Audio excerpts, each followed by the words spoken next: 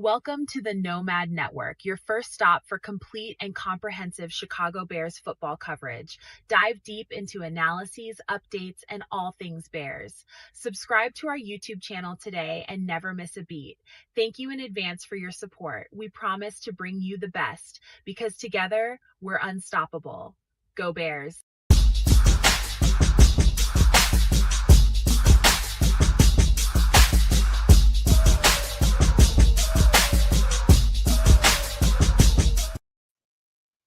Yo, no maniacs. Welcome into another edition of Feed the Bears, where I do my job to feed you, the Bears, the best content we can give you.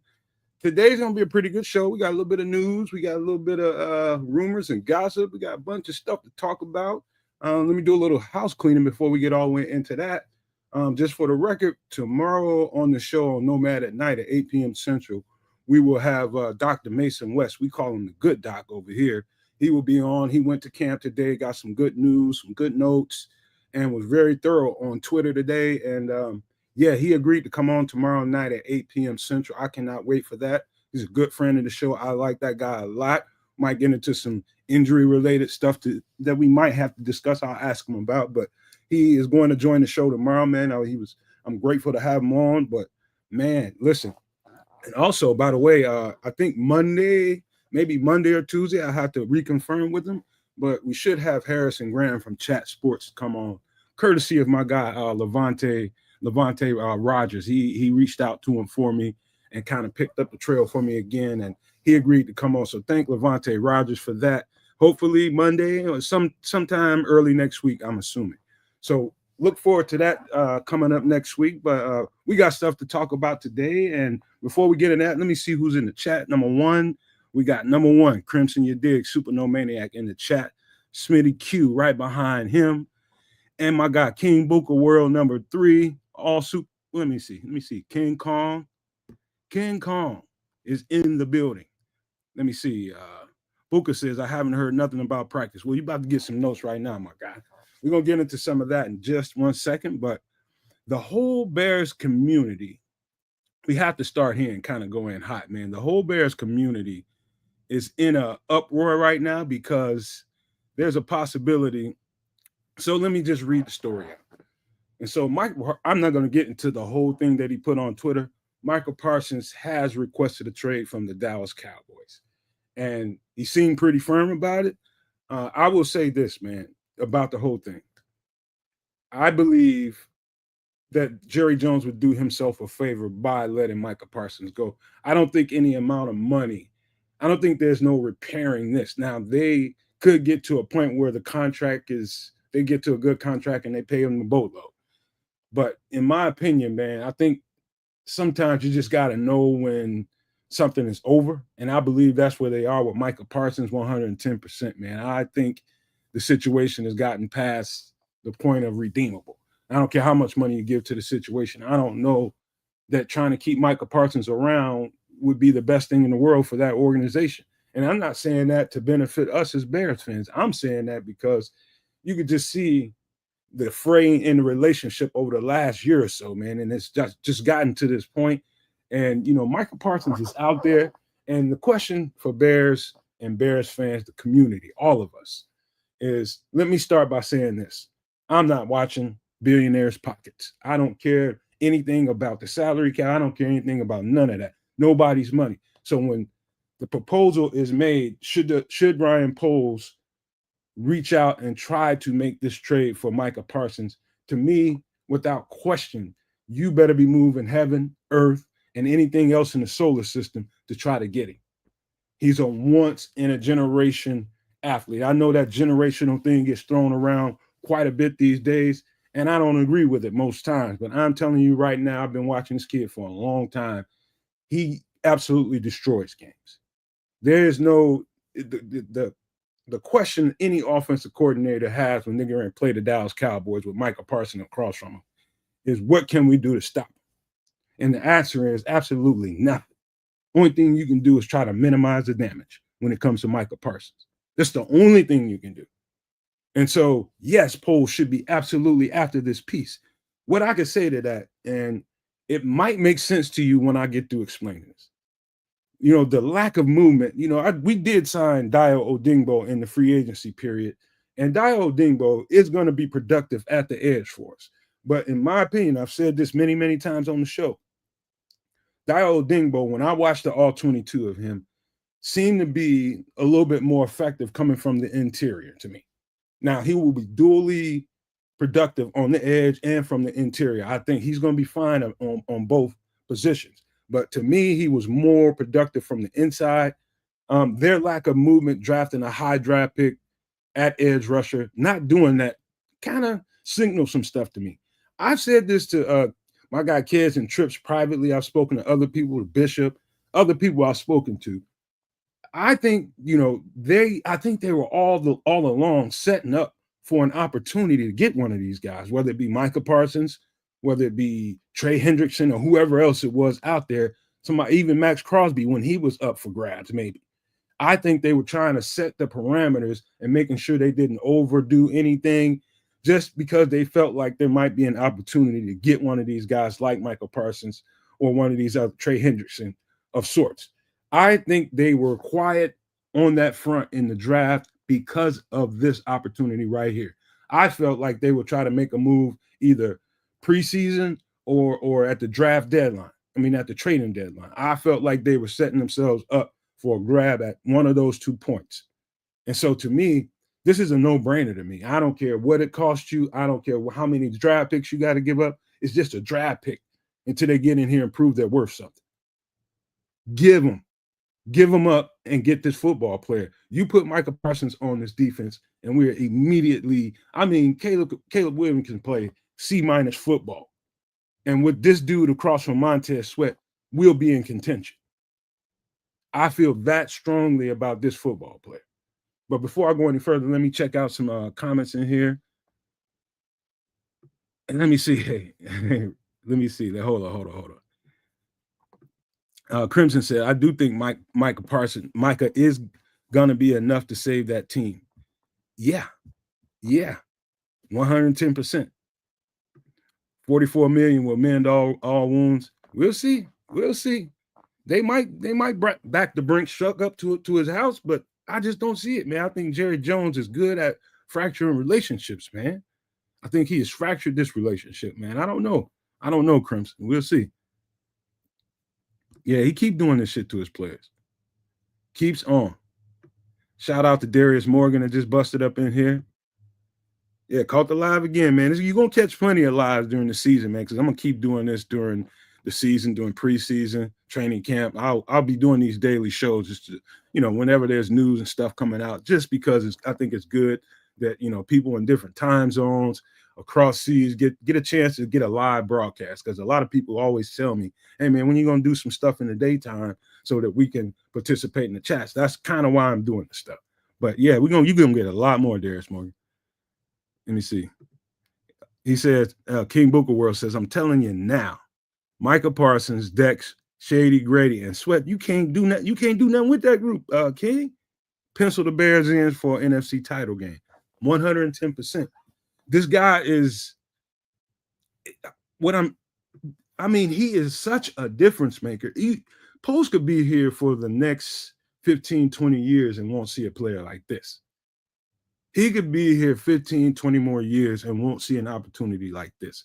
If Pose has any, I believe, if there are certain teams reaching out and trying to inquire and see how much it's going to cost them to get this football player, I know Pose has got to be on that phone.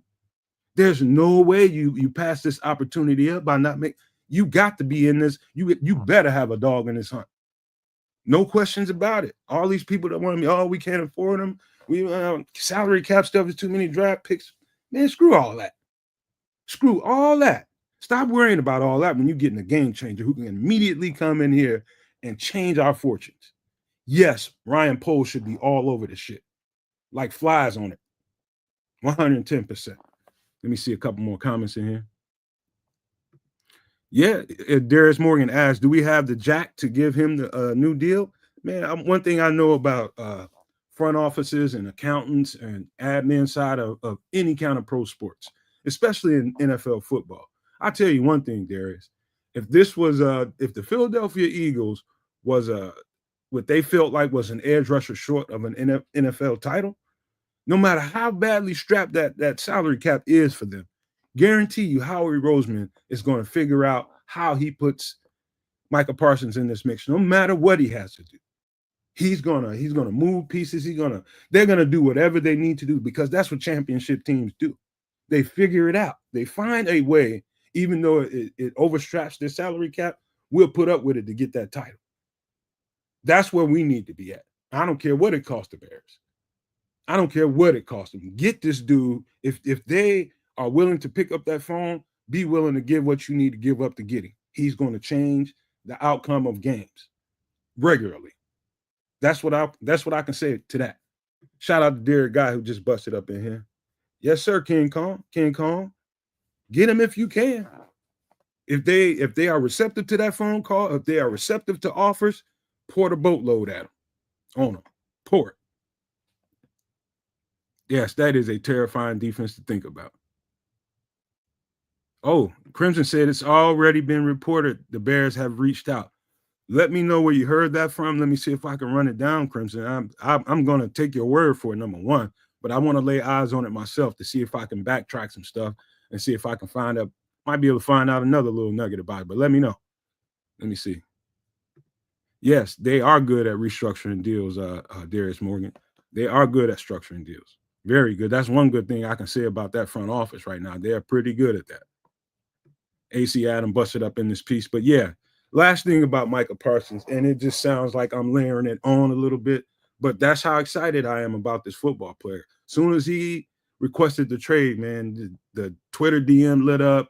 People were saying stuff to me in the comment sections after shorts I put out or whatever it was, or after one of these shows. People were just like, hey, no, man, what do you think about this situation? I'm just like, dude, this is a no-brainer if there ever was a no-brainer.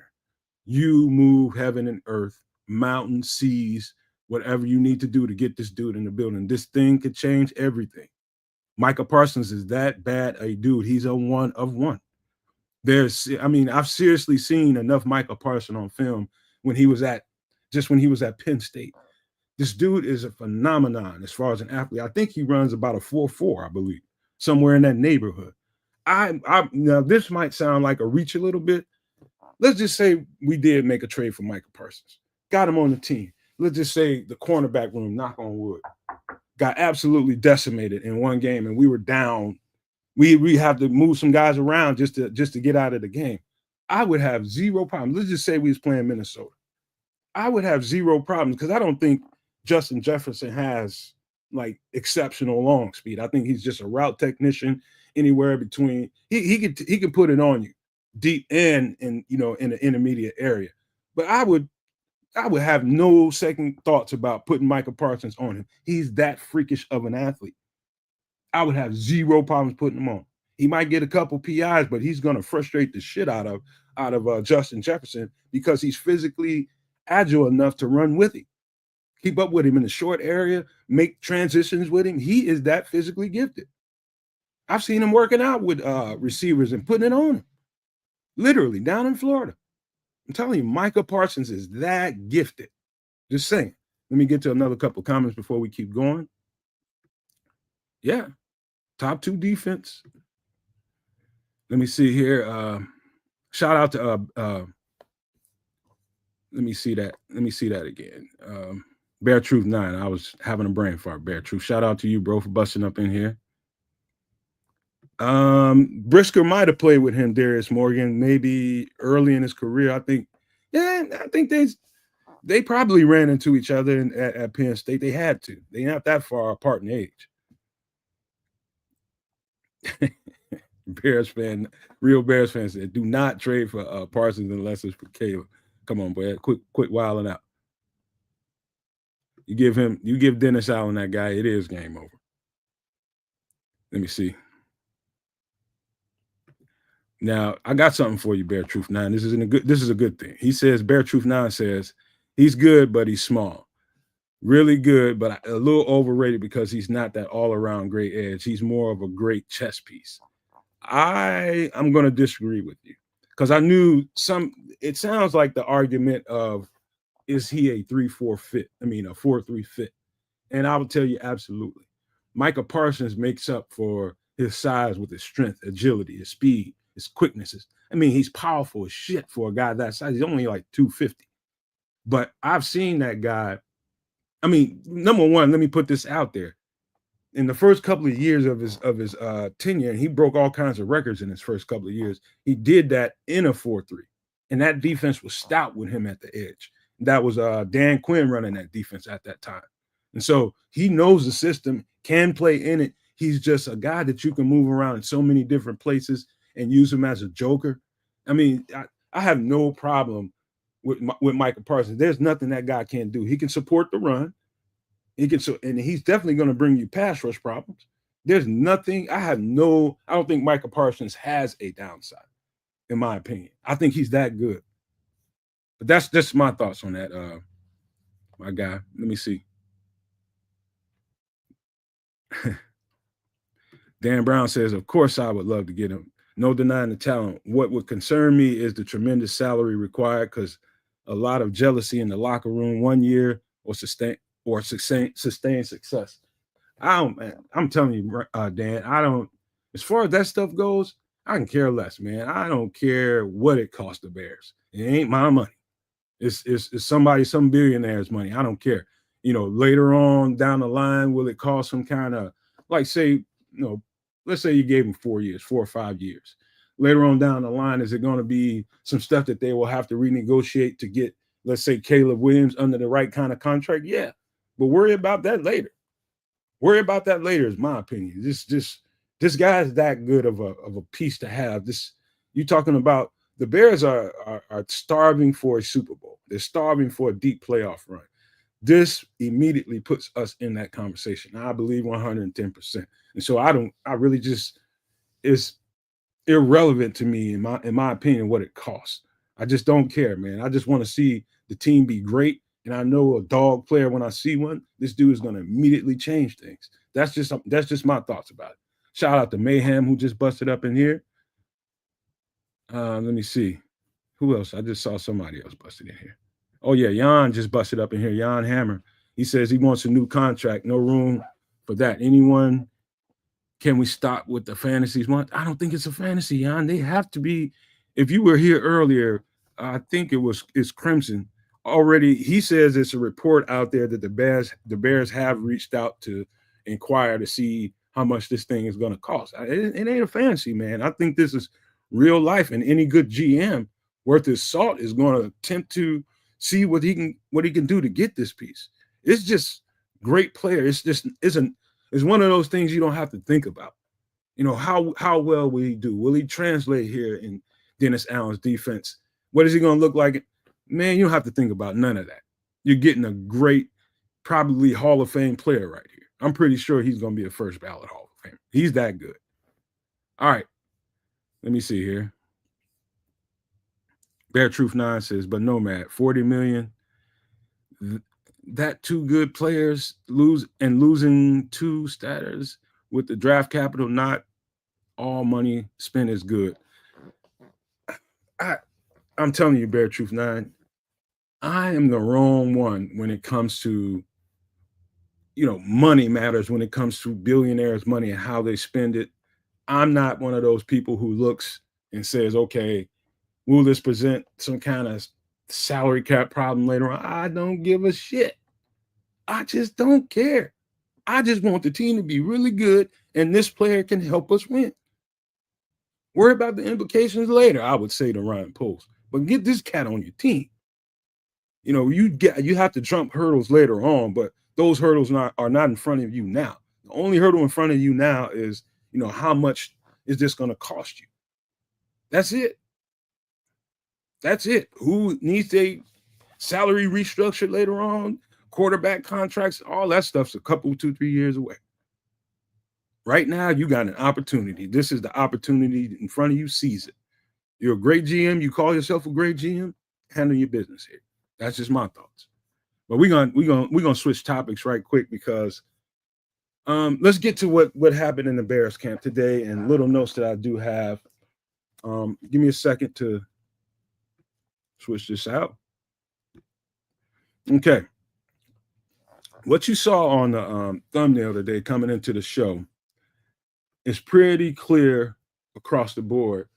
And I listened to, this is probably the most important note that I can give you today or in camp so far that I've heard. And that was Declan Doyle coming out and saying, we're seeing progress with Caleb Williams pre and post snap. Let me say that again. Declan Doyle saying we're seeing good progress with Caleb Williams pre and post snap. And so if you were here yesterday, a part of the show yesterday, and you heard me say that if you want to gauge where Caleb Williams is and how good of a season he's going to have, it's how fast he gets to the line of scrimmage, spits out the verbiage in the huddle, gets to the line of scrimmage, and how much extra time or how much extra play clock does he give himself to diagnose what's in front of him as far as the defense goes. Gives himself a chance to call out the killing a play, calling out hot routes, calling out just all kinds of motions, things like that to disrupt the defense. If he gives himself anywhere between 10 to 15 seconds of extra clock to work with, you might see a much more successful Caleb Williams. And that goes right back to what Declan Doyle said at the podium today. We're seeing progress in his pre and post snap, operations. Pre snap, what I just said about getting to the line of scrimmage ahead of time. Post snap is reading what the defense does. If it's a disguise, being able to detect it and see what it is and have an answer to it. Finding an open receiver, having your process go a little bit faster. That's the difference between a successful and an unsuccessful Caleb Williams moving forward into the season. You got my word on that. You can book it. It's how well he operates pre and post snap. Nothing else really matters. The offensive line, yes, we need to function. Those guys to function high. But Caleb Williams himself and this offense, all of the success moving forward will be determined on how well he operates pre and post snap. It's that important, period. And we're starting to hear that he's starting to stack better practices. I haven't heard a whole lot of, disaster sounding reports coming out of Hallis Hall for the last 3 to 4 practices now. That's why I'm saying he's stacking good days.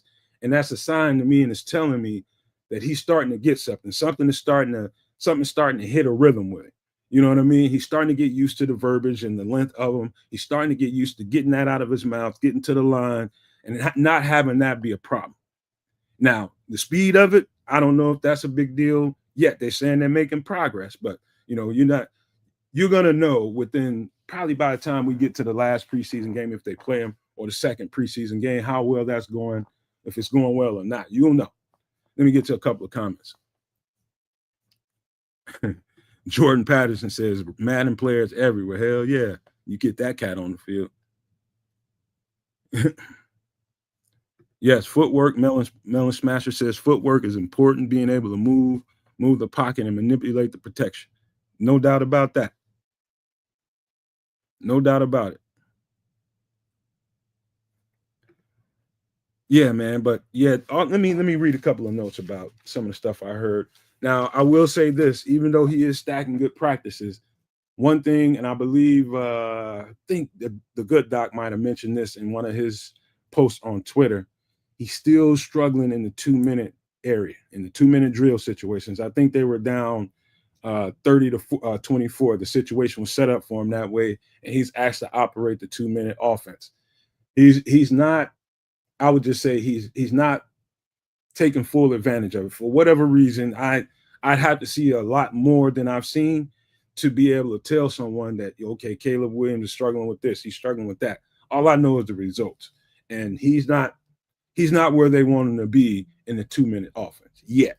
But they still got a lot of time to go, another 5 weeks or so of practice. I wouldn't take that and start ringing alarms or anything like that, but he's definitely going to have to function better. That was probably, if there's a negative note or a negative highlight to speak to, that was probably it. Just hearing him, and he threw a pick at the end of a 2-minute session at the end of practice to Nahshon Wright, I believe. So, if you want some negativity, there you go. That's what I heard today, is him still struggling with the 2-minute offense. And I think, to be honest with you, watching Caleb operate for a year here in this system, in the pros, I think he plays better when it's a tempo situation. That's exactly what a 2-minute drill is. A 2-minute operation is a tempo operation. So you just got to get in and out of a huddle, whether the play is successful or not. You got to hurry up and get guys back to the line of scrimmage, bark out instructions, and get this play going. He seems to function a little bit better in those pressure situations, I would say. And to hear that he might be struggling in 2-minute drill kind of surprises me, but there's no telling what Dennis Allen is really throwing at him out there. But and I'm hearing a whole lot that he's throwing a lot at this cat. So it's a give and take situation for Caleb Williams. He's going to take some and he's going to give some. And so that would be, if there was a negative note today, that would be it. Let me get to a couple things. Paratruth 9 says it's getting quiet as a mouse, a church mouse. Let me see.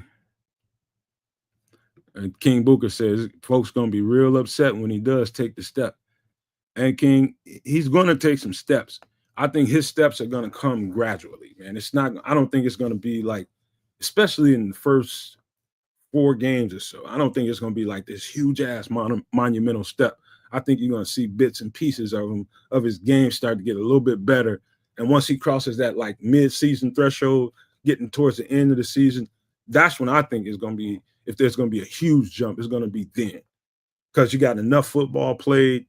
Now you can kind of, defensively, they're only going to be able to do certain things to Caleb Williams. Caleb Williams is cataloging all that information and kind of getting familiar with how teams like to morph stuff pre-snap and then get into, different things post-snap. He's starting to getting all that stuff into your mental computer, man. You know what I mean? It's only going to be so many things after so many snaps in the NFL a defense can do to him to kind of frustrate him. But right now, early in the season, I don't expect him to just move leaps and bounds and get great all of a sudden. I think there's definitely going to be some lumps.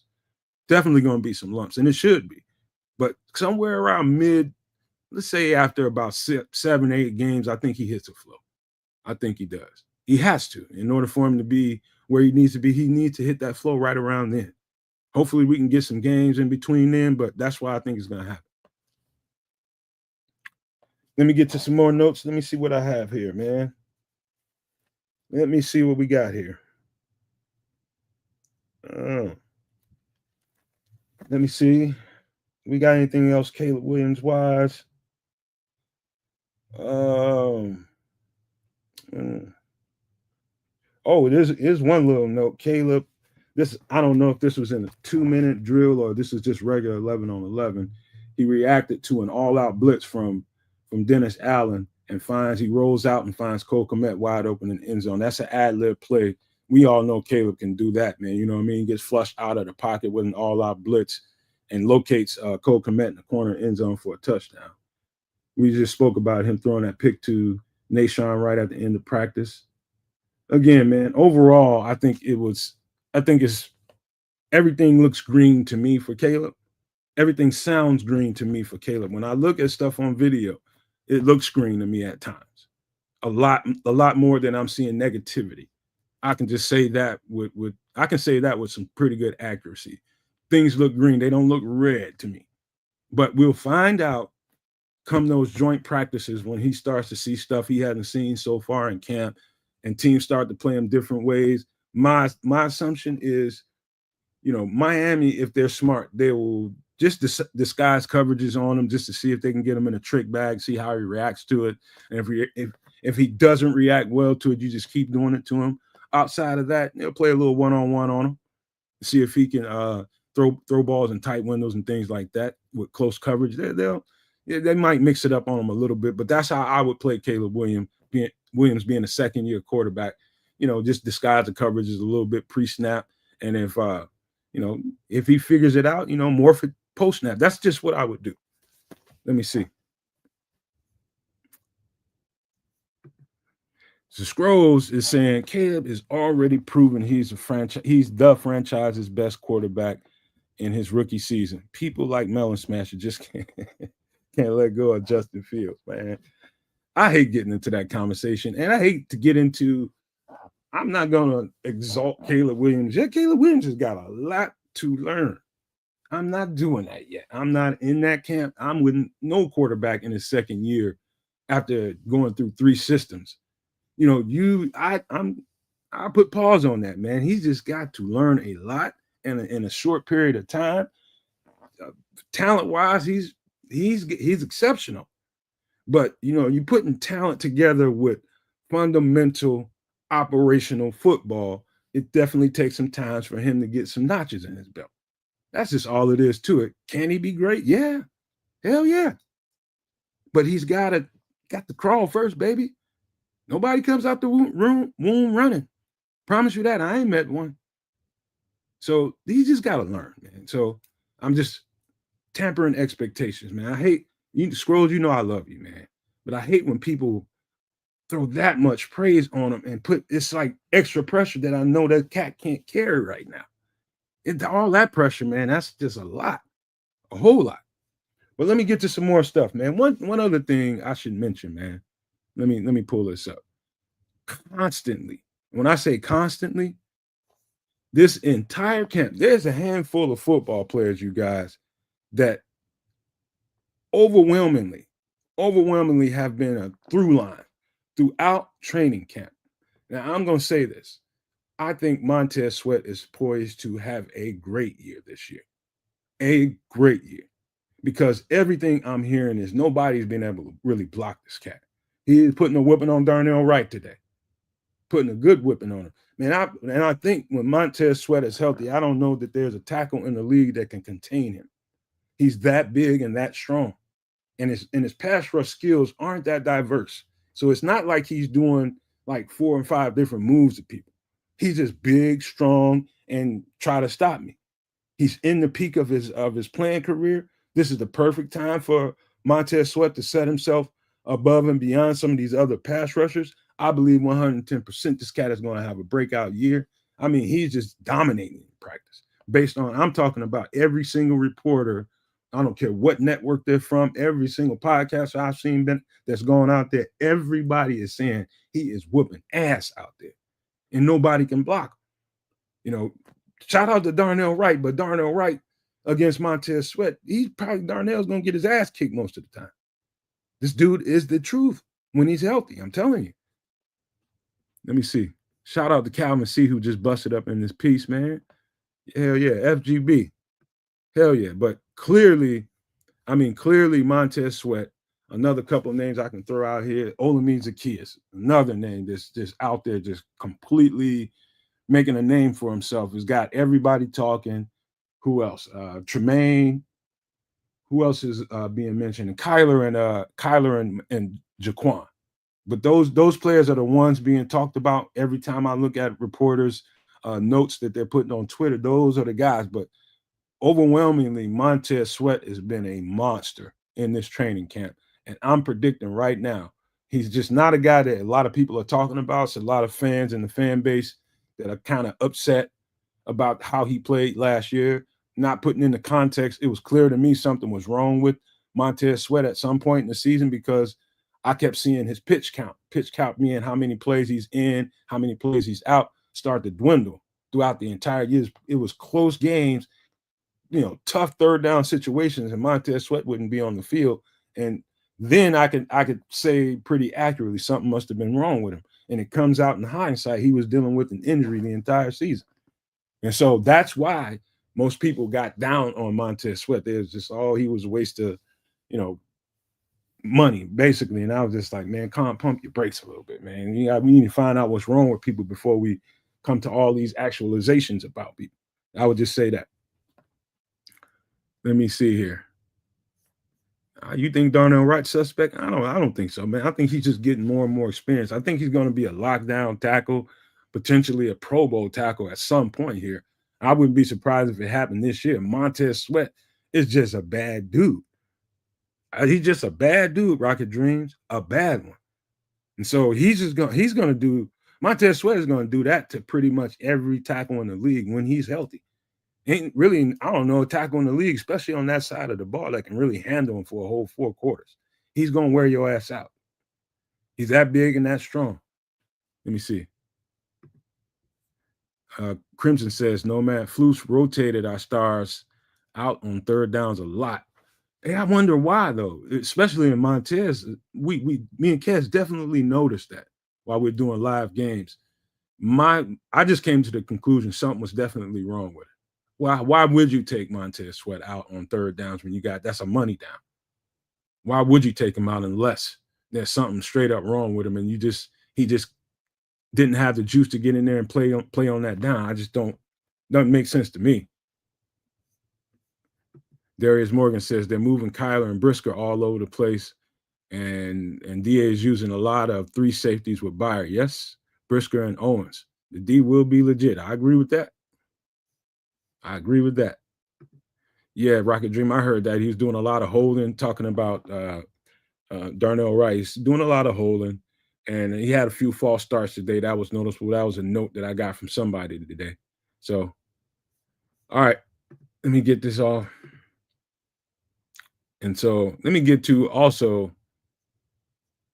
this should be spoken on some of the injuries today and who didn't practice. Give me a second to pull that up.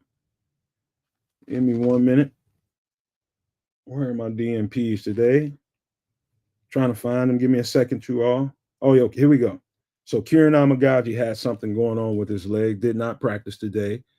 Bill Murray did not practice. Ricky Stromberg did not practice. Zay Frazier is still out for personal reasons. Shemar Turner is still out. Of course, he's got some stuff he got dealing with. He might be out a little bit. And Deion Hankins, he left yesterday off the field. I don't know if it was arm, leg, I don't know exactly what it was, but I heard he went off the field and left practice. That's all I know about whatever is going on with Deion Hankins. So that was noteworthy. Also, let me see here. Ozzy took the majority of the first team reps today, and I think he's starting to, and I don't think we should read a whole lot into it, but I think he's making a firm name for himself. Braxton Jones was running with the 2s and 3s today, but I think it's part of their regular rotation. Again, it's something I wouldn't read too much into, and it sounds like he's holding his own pretty well. I didn't hear any negative, like he got his butt kicked on different reps. I didn't hear any of that. Could be some stuff out there I haven't seen, but it sounds good. So far, so good with him. Theo Benedict, also the Eagle from Canada, took some left tackle reps today. And so noteworthy stuff like that, so in the last couple of days, I think it was a day or two, Darnell Wright was out at right tackle. So the first guy up after Darnell Wright wasn't at practice was Theo Benedict. And so what happened today with Kieran Amagaji not being on the field today and Braxton Jones being in a ramp-up period, still trying to, they're probably have him on a pitch count. They don't want to give him too many reps right now. And so who would they have out there to take some of those left tackle reps? They moved Theo Benedict over there to take some second team reps with the 2. So that's noteworthy. Let's see if that continues to happen after everybody comes back. Once Braxton is taking some more reps, once Kieran Amagaji comes to practice again, let's see if we hear any news about Theo Benedict being on the left side, because we hear that again with the full complement of all those guys on the left side. I think that's something to watch out for, man, moving forward. So pay attention to Theo Benedict news. All right. And that's per Mason West, by the way, the good doc. Again, Olamide Zaccheaus, he's one of those guys. I should have threw him in that. I think I threw him in that conversation. He's been a through line throughout the whole camp, man. He is out there busting. He's out there busting consistently. Also, this is per Jason McKee. J-Mac reported Kyle Monangai took a lot of second team reps in the 11-on-11 period, having some good blitz pickup, and the way he's describing it. So if you know Jason McKee on Twitter, he doesn't make a whole lot of posts. He'll post something out, maybe 1 or 2 things during camp, and he's pretty much quiet. He'll keep that stuff to himself until he's on a podcast. But live on the field, when Jason tweets out something, and I know he's a running back, and he's going to pay particular attention to the running back room and that group over there. When he tweets out, "Oh, Kyle Monangai he's out there stamping people in pass protection," that's something noteworthy to me, because it's Jason McKee. He played the game, and it's something that's sticking out to him, and he put it on Twitter. And so that's something to pay attention to. Kyle Monangai taking second team reps. Great blitz pickups today a couple of times. That's what I heard. And I actually heard Declan Doyle speak to that today at the podium as well. So keep an eye on Kyle Monangai running with the second team. He's sounding like he's starting to make some gains. I don't know. I wouldn't tell you that he's officially starting to, take reps away from, Roschon Johnson or anything. We won't know any of that stuff until we see him out there in the preseason. So we'll see, man. We'll keep monitoring that. A couple other things I have. Just Darnell Wright had a rough day today. You'll have that. Also, Jonah Jackson practiced but left early again. He's limping. Something's going on with his leg, and I don't know, man. That's the second time in the last few days I think he's left the field limping. So hopefully they do what they have to do. Don't even put him back on the field until he's 100% ready to go, in my opinion. You got to get him right. And also, that's noteworthy. I keep seeing this time and time again. Clay Harbor keeps mentioning this to people. For all the people who don't really care for Ryan Bates, this guy is having a camp, I'm just telling you all. And so he's taking all of the right guard reps. Whenever Jonah Jackson can't go, it's Ryan Bates, and it sounds like it's looking really, really good with him out there. So it's noteworthy stuff, you all. Noteworthy stuff. Also, another little nugget. One last nugget I got is Ja'Day Walker was looking good per Declan Doyle. No, that was per Mason West. The Good Doc posted that one today. He had a good rep against Tyreek Stevenson. Put one on him today. So that's probably the first time I've heard a Ja'Day Walker note the entire camp, and that was good to know, because it's starting to.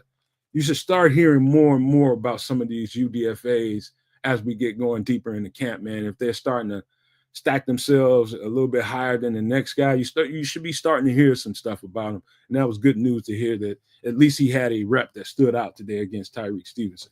And Tyreek Stevenson is a cornerback too. So if he's having a good rep against him, let's see if he can stack a couple of practice and get some noteworthy stuff in the next couple of days. That is pretty much all I have for this one, you guys. Let me read a couple of comments before we get out of here. Real Bears fan says, O-line must stay healthy. Absolutely, my guy. Absolutely. Let me see what King's got in here. He says, I've never seen such a deep dive analytics just to shit on a player. I don't know what. Oh, you must be arguing with somebody in here, talking shit with somebody. I don't know who it is, but who it is, it doesn't matter, man.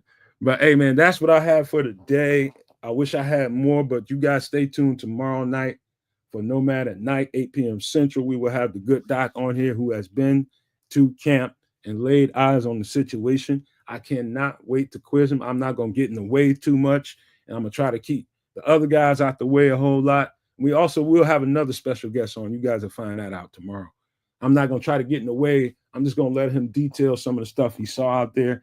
Funny thing about training camps is when you got one person trying to look at all these different things, you'll never see everything that you want to see unless he has somebody out there having eyes on stuff with him, man. You're going to miss a whole lot of stuff. But the Good Doc is pretty good with taking mental notes and probably physical notes as well. I know he's going to have a bunch to say tomorrow. We'll figure out exactly what he saw out there tomorrow at 8 p.m. Central. So don't you guys forget to show up for that one. But again, that's all we have for the show. And I got to leave you guys with these famous words before I get out of here. If you can think it and you can see it, there's no reason in the world why you cannot absolutely manifest it. Do not, and I repeat, do not be a prisoner of your own mind. But with that being said, I am